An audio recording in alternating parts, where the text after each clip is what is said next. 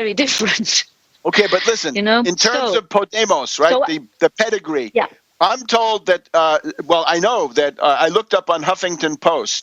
Huffington Post, in all of its forms, has devoted about 8,500 articles to Iglesias Podemos. You compare that to Syriza, 2,500, despite the fact that Syriza is now the government of Greece. So it looks like there's a Huffington Post, which is from the Soros orbit. I'm also told that Mediaset, meaning Berlusconi, is pro Podemos, and also Atres Media, another financier-controlled thing. But the idea is, I take it your thesis is that Pablo Iglesias this is not authentic, right? This is not real, and you got to tell us why not. Yes, well, because I was saying yes, I don't think it's real, but in a way, I hope that I'm wrong. I don't want to be right about this. I would love that this is a real party that is going to bring a change, that they are going to be young and new and fresh and not corrupt and okay. But because I was inside during these elections, I could see perfectly that they had a support from the media that nobody had. This was the only party who had a support from the media, the big media, the mainstream media. So in January, Pablo Iglesias was just unknown. Nobody knew who was this guy. Then in May, he started to be very famous. And in October of the same 2014, he is almost the president of Spain. I mean, this is not possible. That's why I say it's not genuine, it's not true, it's manipulated from behind. But I don't know who is behind and what is the purpose. Because socialists and PP, the popular, the right wing, they are very, very nervous against them. And I think it was today or yesterday, the Minister of Finances has declared that he's going to look in detail if number 2 of Podemos, which is Monedero, is perfectly with his tax contributions, his taxes. If it's right. Monedero, what I understand about Monedero is that foreign contributions from Venezuela and Latin America come through Monedero.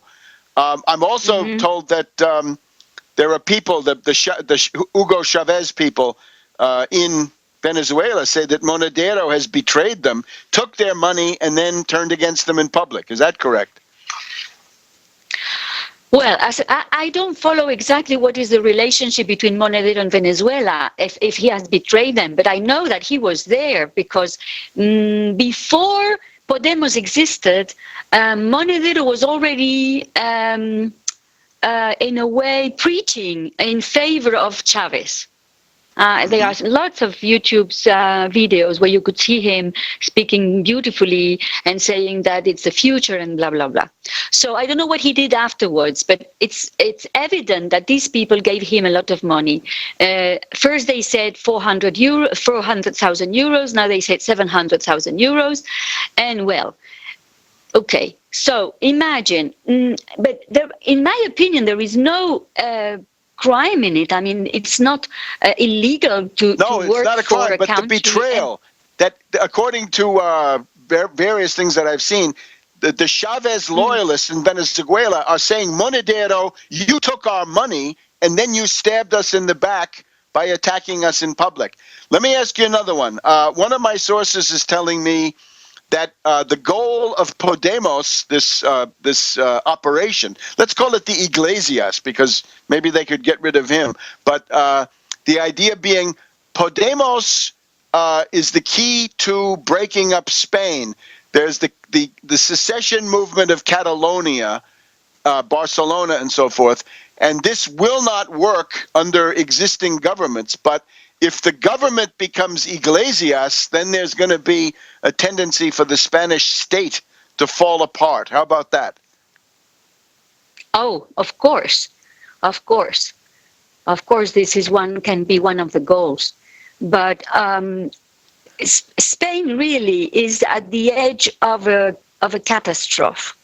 I just cannot believe how bad everything is done by everybody. I mean, the socialist leader of the you read about that maybe the other day, 2 days ago. He has fired the candidate for Madrid for the next elections for Madrid. Okay, so he has completely broken in two parts the Socialist Party. And so who benefits? Of course, the right wing and Podemos, because the socialists are now in a civil war inside. They are divided. So somebody is trying to divide everybody, to divide the Spaniards, to divide the parties themselves. I mean, it's very sad. And then let me ask you another one. I've been listening to your No Morir Idiota, your very interesting broadcast there in Spanish on your blog, right? No morir idiota. Don't die as an idiot, right? Don't die as a fool. Get smarter, and it's very good. Along with your two friends there. Hang on, I'm going to come back in just a second, but I want to ask you about this idea of Felipe Gonzalez in the late Franco era, and now this Iglesias as the next controlled politician to be foisted off on the people of Spain. Now back to this edition of World Crisis Radio, and as we said, we are honored to have with us Pilar Baselga of Madrid, Baselga. This is where you can get the truth, or a refreshingly different take on things like the Indignados, who turn out to be not what you thought. And then again, Pablo Iglesias. Now, we ought to separate Podemos. Podemos is a real thing. There are real mass forces in motion.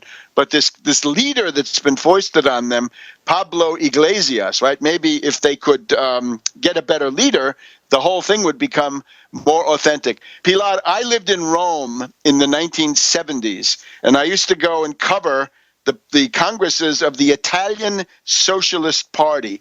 And in the corridors, I would always run into this Spanish guy, and later on I said, my God, that's Felipe Gonzalez. He became the Prime Minister of Spain. And I know in your No Morir Idiota group, you put out the idea that the Spanish oligarchy, they prepare leaders in advance. So by the time we get into the early 1970s, it's clear that the dictator, Francisco Franco, is not going to be around forever. He's going to be gone. Franquismo is going to be gone. And then they have Felipe Gonzalez of the Socialists ready to go. Now, the idea that we hear is that the Socialist Party, right, PSOE, and the right-wing party, the PPP of Rajoy, they're going to be gone. And who's going to represent the oligarchical and banking interests of Santander and Bilbao and all this? And is that the story with Pablo Iglesias? Well, who knows? Who knows? I really don't know. Felipe Gonzalez, he was backed by Willy Brandt. They decided that Americans were going to back with the money the PP, and Germans with Willy Brandt were going to back with money the Socialist Party. But it's like two faces of the same coin. They all work for the oligarchy of the bank. So it's still the same. So I don't know really what is going to happen, because as you say, you have several things. You have the leaders, and then you have the mass that is behind. So who knows what can happen? When you were saying that Monedero had betrayed Venezuela, what I think is that Monedero realized that if he wants to win, he has to completely interrupt, finish, no more Venezuela relationship. Otherwise, he will not do it. So as they really want the power, who knows if they are going to change the agenda of their masters? Who knows? Maybe this could be also possible. I don't know if you found. I wrote another article where I say the future of Spain is in the circles. The circles is the name given to the little groups of Podemos all over the country. The locals, the local organizations, the local chapters. That's right. Of Podemos. Yeah, those are it's real. Círculos. These are real, and these people are very, very angry about against all the normal parties, even the Communist Party, the Izquierda Unida, no, the Left United, like the current Communist Party, which is not called Communist anymore. It's Izquierda Unida, IU. So everybody's very disappointed. Sorry? The post-Carrillo communists. That's right, exactly. You know very well. So these people are very angry and they really want to change things. So I think it's not going to be easy to stop the people. But who knows? I mean, because the mass, you know, the mass can be very easy to manipulate. I saw that on the Occupy movement. It was unbelievable how they were manipulated, and nobody could see it. And I said, but look, this guy with his suit, he's coming with his big car, Audi car, he's coming here every evening to direct you. And you had the people, young people with, you know, looking very like hippies and you had the leader of these groups in the square. They were dressed in suits with beautiful cars. So it was very, very surprising that people, when they don't want to see, you know, they don't see. So I hope people will see and will take the opportunity they are having to really do another politics. Let me ask you, Pilar, I listened to the speech by Pablo Iglesias at the Puerta del Sol a week ago Sunday. Yeah. And I found this to be completely empty. If you compare that to Alexis Tsipras and the Syriza party had 40 substantive, hard-hitting, class-based, mass traction economic demands when they ran even in 2012, right, including take over the European Central Bank and use that to finance governments, but also to finance